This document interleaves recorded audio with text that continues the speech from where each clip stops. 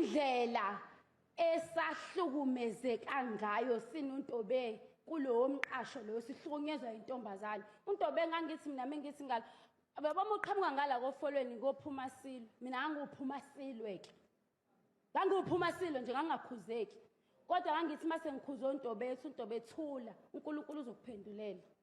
Ngawathatha lapha amazwi ukuthi uNkulunkulu ngelinye ilanga uyakuphendulela. Ngawathatha lapha. uNtobe mina ubengisaba ngalendlela yokuthi into mina bengitshela into isidlulile. Athi noNjabulo ngicela ukuthi ungifonele. Ngithi mina okay Ntobe ngizokufonela.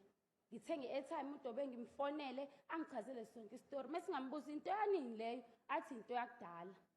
Seyidlulile. Sengikutshela ngoba ngelinye ilanga mengithula angifuni ukuthi ngithule nalento ngingazange ngize ngikutshele njengosisi wami.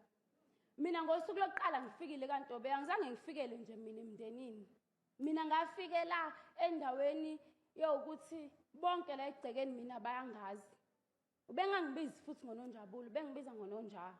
Bonke abantu bakhona bangibiza ngoNonja, angiyena uNonjabulo. Because angiyena mina angiyena umngani. Mina lapha kulowa mndeni ngithathwe njengomndeni. Futhi nami sengikwamelela ukuthi ngumndeni wakhona. Ngamtshela uNtobe ngathi mina Ntobe ekhaya ngizalwe ngangedwa ngayintombazana phakathi kwabafana. Wathi uNtobe ngikhona. Mina ngusisi wakho. Into eyosihlukanisa nawe ngiyoba ukufa. Ngoba ngiyokufuna ngize ngikuthole la ukhona. uNtobe ulimalile washayiswa imoto. Bengazi. Isizathu sokuthi ngingazi shuthi kwakuvela kuyena enhlizweni yakhe ukuthi uNonjabulo ngifuna ukuthi azi, ngifuna azi sekudlulile.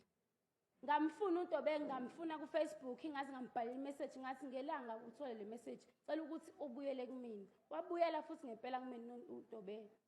Wathi sengikhona ngicishe ngafa. Ukuthi ayavela lo makhamera ngicela ukuthi ungiveze.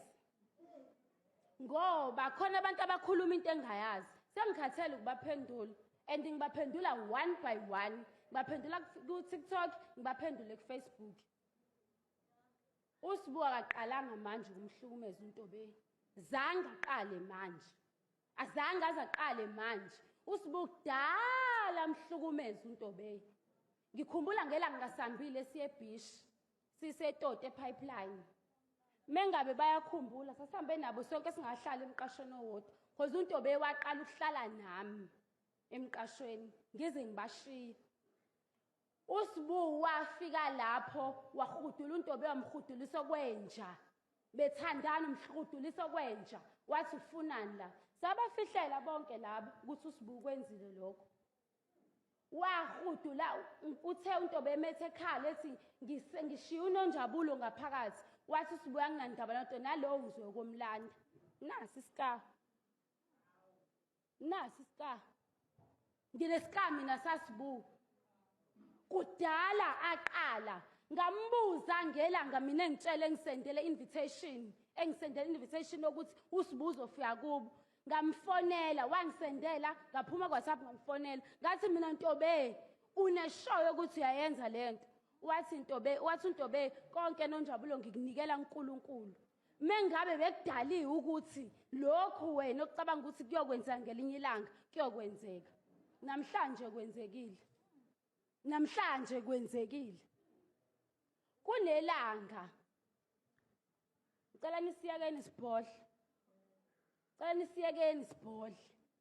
Kunelanga umfana mina engangithandana naye wangala ngakhona ngala ngakobhibhima ushona phansi ngale esundwini mawuzowelela efolweni. Ngaphuma uNtobe ngathi uNtobe